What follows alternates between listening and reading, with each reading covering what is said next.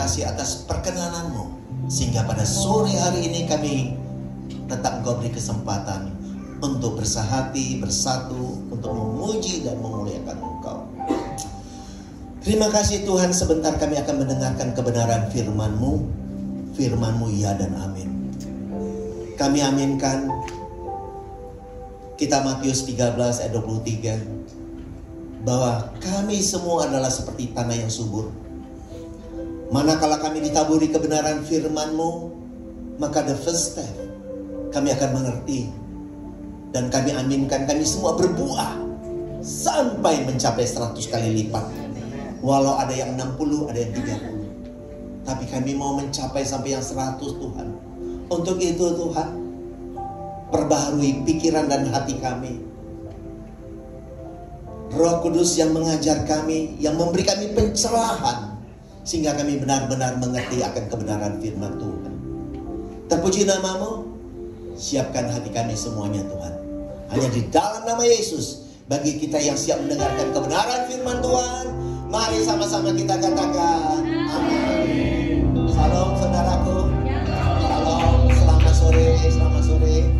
Pertama sekali terima kasih Bapak Pendeta Amos dan semua pekerja dan semua sahabat yang ada. Terima kasih pada sore hari ini. Ya, saya bisa bertemu dengan Bapak-Bapak Ibu dan kita akan mendengarkan kebenaran firman Tuhan. Silakan ditayangkan firmannya ya ini. Ya teman-teman sekalian, saya Paruntungan Girsang. Kalau dengar nama Paruntungan Girsang, yang pasti Bapak Ibu bukan dari Solo, itu udah pasti. Iya, iya kan? Udah pasti bukan dari Solo. Ya, saya dari Sumatera Utara. Ya, nah itu nama saya, itu istri saya ini. Ya, saya sudah punya anak 3, perempuan, laki-laki, perempuan. Ya, sudah punya penantu 2. Ya, calon tahun depan Holy dukung dalam 2 tahun depan akan 1 lagi nikah. Itu ya. Dan tahun ini ya September. Oh sorry.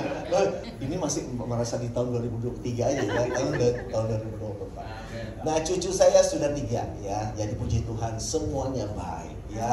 Puji Tuhan. Terima kasih ya, luar biasa. Tuhan sangat-sangat baik dan maha baik. God is good all the time. Ya, all the time God is good ya. Luar biasa. Hari ini saya kebetulan sebagai koordinator Christ Center Ministry ya. Kemudian hari ini kita mempelajari, sama-sama belajar, dan mari kita sama-sama bertumbuh dalam kebenaran firman Tuhan ya.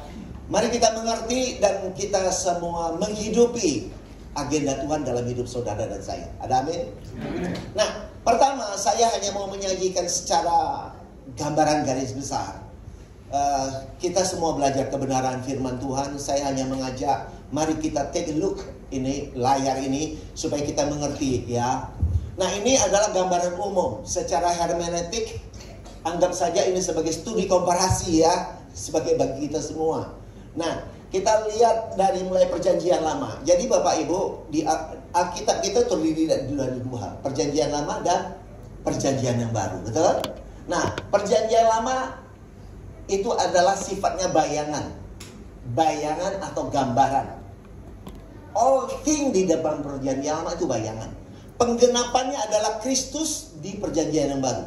Contoh, Adam.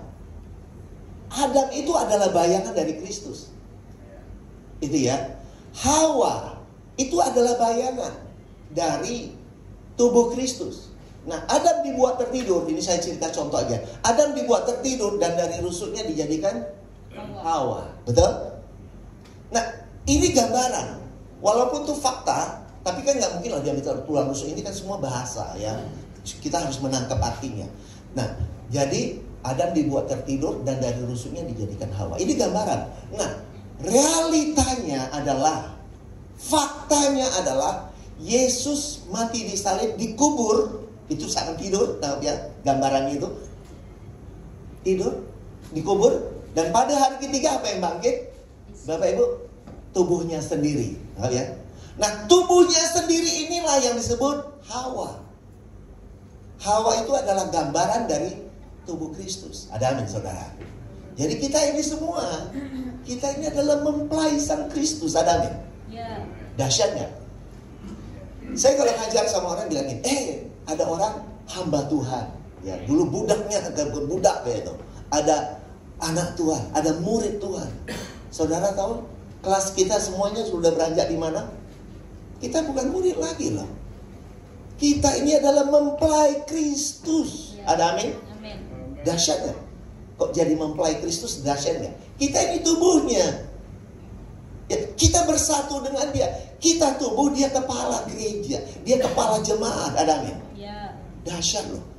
Sehingga kita menjadi satu kesatuan bersama dia. Tentunya di dalam apa? Spiritual, dalam roh, ya, dalam roh. Saudara, ini adalah gambaran perjanjian lama, di mana di perjanjian lama ini ada tabernakel, ada bait suci Allah, di mana relasi antara manusia dengan Tuhan terjadi dengan apa? Diatur oleh hukum Taurat, betul? Nah, tabernakel ini sendiri didapatkan waktu Musa ada di Gunung Sinai. Di sana dia mendapatkan inspirasi melihat, dan dia akhirnya membuat tabernakel. Sebagai pelayanannya harus ada di tabernakel itu. Ya, inilah gambarannya.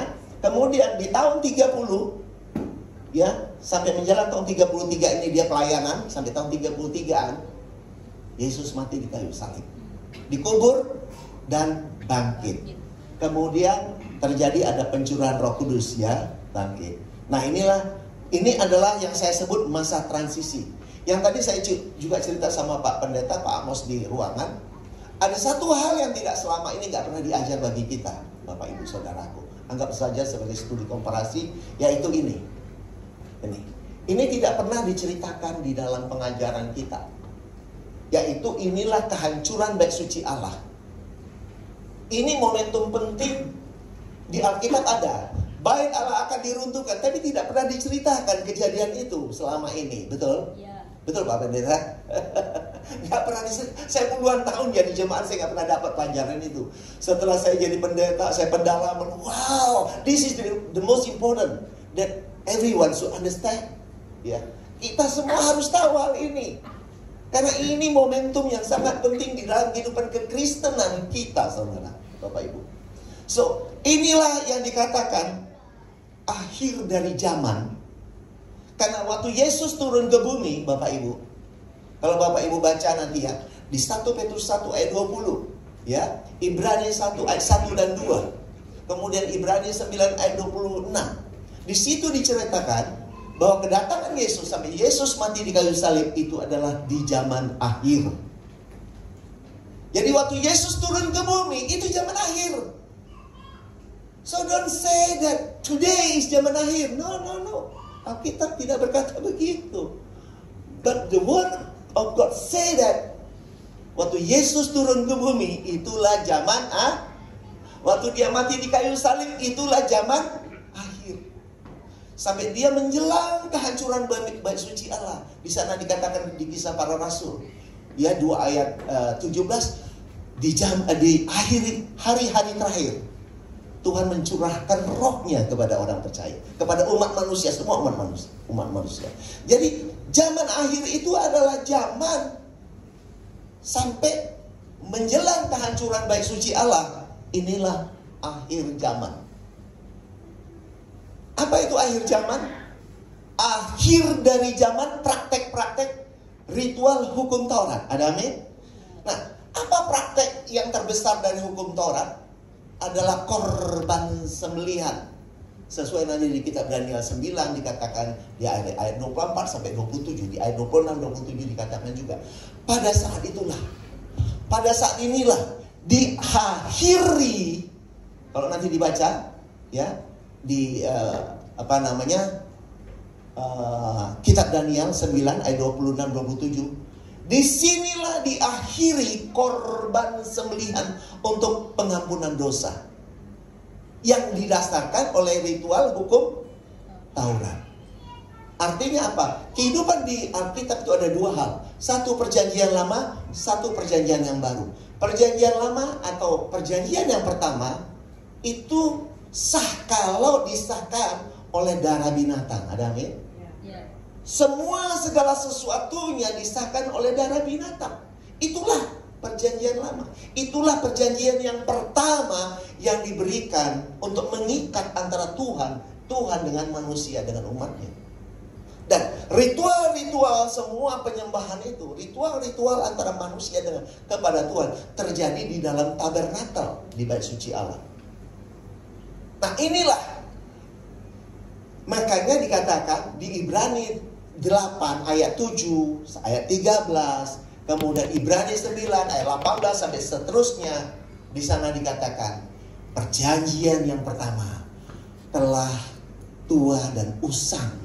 Ya, usang harus digantikan dengan perjanjian yang baru. Apa itu perjanjian yang baru? Yaitu perjanjian yang harus disahkan oleh darah Kristus. Amin. Amin. Darah Kristus adalah perjanjian yang baru yang mensahkan, memateraikan manusia, sehingga manusia ditebus oleh darahnya. Inilah perjanjian yang baru, adalah ikatan perjanjian antara Tuhan dengan umatnya yang harus disahkan oleh darah Kristus. Nah sejak itu kalau kita lihat pengajaran nanti di Yohanes 4 ayat 24, maka dikatakan Allah itu roh, maka sembahlah Allah dalam roh dan kebenaran. Nah kalau di sini semuanya ritual-ritual hukum Taurat, menyembahnya begini, ada doa puasa lah, bla bla bla bla, ya. But setelah disahkan oleh darah Kristus, our relationship with God secara ginosko. Ginosko adalah satu kata dari bahasa Yunani yang berkata apa? Relasi yang sangat intim, bagaikan suami istri. Jadi our relation with God, with Christ Jesus, itu lebih dari suami istri. Dahsyat nggak Bapak Ibu? Ya. Dahsyat sekali. That's why I said that kalau menyembah dalam roh itu gimana sih Pak Girsa? I said that to all people. Menyembah Allah dalam roh dan kebenaran adalah setiap tarikan nafasmu, engkau menyatu dengan Dia. Ya, amin. Tak terpisahkan. Kapanpun, dimanapun Anda sedang menyembah Dia dalam roh dan kebenaran. Bahkan ada Pak Saiful Karim ya Pak ya, yang pembicara itu. Ini orang Muslim loh. Dia katakan apa? Dia sedang ceramah. Bapak Ibu tahu, saya sedang ceramah ini, sedang berkata, saya pun sedang sholat. Loh bayangkan, ada orang yang bisa berkata begitu. Masa anak-anak Tuhan tidak bisa berkata, whatever that you do, ya, apapun yang sedang Anda kerjakan, kemanapun Anda pergi dan sedang berdiri dimanapun, Anda memiliki relasi yang begitu intim, ginosko dengan Tuhan. Kenapa? Karena saudara dan saya, kita ini ciptaan baru. Yes, amen. Saudara dan saya adalah manusia ilahi, manusia spiritual. Dahsyatnya. So mari, kita bukan manusia biasa. Kita yang sudah dipindah dari kegelapan masuk kepada terangnya yang ajaib. Amin. Inilah kita Bapak Ibu. Mari hidup penuh syukur, hidup dengan penuh sukacita hidup ini. Ya. Jadi Bapak Ibu, ya ini 40 tahun. Ini 40 tahun lamanya. Nanti kalau dibaca Pak, di Matius 24 ayat 33, di sana dikatakan, aku berkata kepadamu, sebelum angkatan ini berlalu, kesudahannya terjadi. Ada nih? Apa itu artinya? Yesus berbicara tahun 30 Masehi. Dia belum mati disalib. Betul nggak? Dia bilang, sesungguhnya aku berkata kepadamu, angkatan ini belum berlalu, kesudahannya terjadi. Apa itu kesudahannya? Bukan dunia kiamat. No, Tuhan gak kurang kerjaan, dunia ini hancurkan. Enggak, Bapak Ibu, saudaraku yang muda-muda, do the best in your life. Dunia akan lasting. Manusia yang berganti-ganti. Ya, Pengkhotbah 1 ayat 4 katakan, keturunan yang satu pergi, yang meninggal dunia. Kira-kira gitu. Keturunan yang satu datang mengisi kehidupan ini. So mari, kehidupan ini luar biasa. Setiap manusia Tuhan mau memberikan aroma kehidupan, aroma kerajaan Kristus. Kalau bunga-bunga, pohon-pohon, semua memberikan aromanya sesuai apa kapabilitas yang Tuhan berikan dalam bunga itu, betul nggak? Itu pun kita sama. Whatever the potensi, ya, apapun yang Tuhan taruh dalam kehidupan saudara dan saya, potensi apapun itu, berikan yang terbaik dalam hidup ini. Bagi istri saudara, bagi suami saudara, bagi anak-anak saudara. Hidup ini cuma sebatas beberapa waktu, saudara. Semuanya akan selesai dan kita akan masuk ke dalam tanah dan menjadi debu tanah, saudara. Tapi jiwa saudara dan saya yang sudah diselamatkan oleh Kristus, itulah yang bahagia, happiness selama-lamanya. Saya berkata, Pak Pendeta, kita ini sudah masuk dalam kekekalan atau kekinian yang kekal abadi lamanya. Jadi saudara, kita ini sudah bersatu dengan Sang Kristus dalam kekinian yang kekal sampai selama-lamanya. Itulah jiwa kita sudah bersatu dengan Roh Kristus. Ada amin? Ini dahsyat. Nanti silakan di dalam banyak sekali ayatnya. Jadi ini adalah akhir dari apa? Akhir dari zaman. Sebetulnya di sini ya, sebetulnya di sini. Secara de jure, secara hukum, disinilah Yesus menggenapkan hukum Taurat. Ada amin? Selesai di sini. Karena apa? Hukum Taurat bukan cuma 10. Ada 613 peraturan do and don't yang harus dilakukan. Satu aja gagal, everything semua gagal. But hanya Christ, but only Christ can do that. Semuanya Kristus melakukan dengan sempurna sampai dia mati di kayu salib. Secara de jure, secara hukum sudah selesai di sini. Dia katakan sudah selesai. Betul? Tetapi di sini ada masa transisi. Yang tadi saya katakan, Yesus berkata tahun 30. Aku berkata kepada angkatan ini, sebelum angkatan ini berlalu, semuanya akan kesudahannya terjadi. Apa itu? Kesudahannya adalah kehancuran bait suci Allah. Kesudahannya. Jadi apa itu satu angkatan? Di Alkitab berkata, satu angkatan itu berapa? 40 years, betul kan? 40 tahun. Makanya Yesus berbicara tahun 30. Sebelum dia mati di salib. Nah, 40 tahun kemudian, maka terjadilah kehancuran bait suci Allah di tahun 70. Yang ini tidak pernah diceritakan selama ini. Inilah yang dikatakan hari Tuhan. Tuhan memaksa menghakimi bangsa Yahudi di zaman itu. Siapa antikris? Antikris adalah apa? Ahli Taurat, orang Farisi, para imam. Itu antikris yang sebenar-benarnya di zaman itu loh saudara. Jadi mereka dihakimi di sini. Disinilah bangsa Yahudi dihakimi, dibuang mereka ke lembah Hinom. Disitulah tempat pembakaran sampah di sebelah Yerusalem, gak jauh dari kota Yerusalem. Jutaan bangsa Yahudi waktu terjadi peperangan antara Yahudi dengan tentara Roma. Disitulah masa aniaya waktu itu terjadi 3,5 tahun. Nanti kalau Bapak Ibu baca kitab Ratapan 4, ya kitab Ratapan 2 ayat 20, ya kitab Ratapan 4 ayat 10. Di sanalah ibu-ibu, saking disebut masa aniaya, di sanalah ibu-ibu memotong bayinya, membakar, makan bayinya. Itu fakta sejarah. Namanya Josephus, nanti kalau ketik di internet, Josephus, dia tulisan dia yang menyatakan itu. Dia saksi mata melihat ibu-ibu potong bayinya. So kita Ratapan itu sudah digenapi waktu di masa aniaya 3,5 tahun dulu itu. Jadi zaman dulu itu 6666. Nah, itu bercerita Kaisar Nero. Nero itu kalau diterjemahkan itu 666. Jadi zaman dulu orang nggak bisa belanja. Kalau mau belanja itu harus menyembah patung Nero. Harus ada cap 66. Baru bisa belanja. Itulah masa aniaya besar di zaman itu. Yerusalem di bumi hanguskan, bait suci hancur. Artinya apa? Inilah zaman secara de facto, secara fakta, Tuhan mengakhiri masa diberlakukannya hukum Taurat. Karena sejak ini hancur, Bapak Ibu sekalian, apa yang berakhir?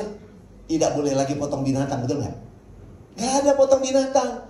Sembelih binatang untuk penebusan dosa. Kenapa? Karena Yesus sudah mati di kayu salib, already finished gitu. Nggak boleh lagi korban binatang. Walau sekarang orang masih potong binatang karena mereka tidak ngerti, ya. Tapi bagi orang Yahudi pun sekarang nggak ada potong binatang, Bapak Ibu. Kenapa? Karena bait suci Allah ini udah nggak ada. Ini tahun 70. Saya pernah menjadi pembina rohani, ikut sana, ini udah ada. Jadi inilah akhir dari praktek-praktek hukum Taurat. Akhir dari zaman melakukan ritual penyembelihan binatang sudah nggak boleh, sebab Yesus sudah mati di salib. Amin. Kemudian tidak boleh lagi di sini paradigma manusia berpikir, oh, roh Allah ada di ruang maha suci. No more. Nggak boleh lagi, nggak ada. Gitu loh ya. Nggak boleh berpikir ada roh Allah maka dihancurin. Nggak ada roh Allah. Maka firman Tuhan bilang, aku tidak pernah tinggal di kuil-kuil buatan tangan manusia. Amin. So, kenapa? Karena saudara dan saya lah, kitalah orang percayalah yang telah diciptakan, kita dilahirkan baru di dalam Dia untuk menjadi bait sucinya. Amin. Saudara dan saya, kita di bait sucinya Tuhan. Kitalah jemaatnya dan Dia kepala gereja, saudara. We are unity with Him dalam spiritual. Ya, ini dahsyat sekali. Jadi disinilah diakhiri itu semua. Ya, Tuhan itu adalah Tuhan yang maha hadir. Amin. Sekarang ada di sini. Amen. Di ruangan ini ada. Di dalam kehidupan setiap kita ada Tuhan. Amen. Dan ada di Amerika, ada di Hong Kong, ada di belahan bumi mana aja. Karena Tuhan itu maha hadir, saudara. Amin. Omnipresent. Ini luar biasa. Inilah Tuhan kita yang tidak dibatasi oleh ruang dan waktu. Itulah Tuhan. Nah, marilah kita memiliki Tuhan yang dahsyat itu. Nah, so di sini dikatakan ya di kitab Ibrani 10 ayat 9, Yesus berkata apa? Itu diceritakan oleh Paulus. Aku datang untuk menghapus yang pertama dan menegakkan yang kedua. Aku datang. Yesus bilang sini, untuk menghapus yang disahkan oleh darah binatang, dihapus. Untuk menegakkan yang dihapus, yang dimateraikan oleh darah Kristus. Nah, disinilah ditegakkan kehidupan yang ini. Yang di sana dihapus, menegakkan yang ini, di mana kita adalah tubuhnya. Kita adalah mempelainya Kristus sebagai kepala. Amin. So, relasi kita terjadi dalam apa? Roh dan kebenaran. Inilah yang kita hidupi dalam kehidupan kita. Di mana dikatakan juga di Ibrani 9 ayat 8. Kalau saya nggak silap itu katakan begini. Roh Kudus mengingatkan bahwa ke tempat yang kudus itu belum terbuka. Apa? Ini belum terbuka. Orang percaya sebagai bait suci Allah belum dimengerti. They didn't understand. Sepanjang apa? Selama ini masih berdiri, Bapak Ibu. Di dalam kehidupan bangsa Yahudi, kalau ini masih berdiri teguh di zaman itu, no one can understand bahwa mereka adalah bait suci Allah yang baru dalam roh. Nangkap, Bapak Ibu. Kenapa? Karena mereka betul-betul menghadapi tekanan dari para imam, ahli Taurat, orang Farisi, bahwa kamu inilah tempat menyembah. Amin. Ini tempat menyembah itu di sini. Nah, waktu ini di-destroy, waktu ini dihancurkan, baru mereka tersadarkan that we are all of us adalah sebagai bait suci Allah. Amin. Nah, inilah dahsyat sekali, teman-teman. Terima kasih atensinya saudaraku. Jangan lupa ikuti bagian berikutnya. God bless you.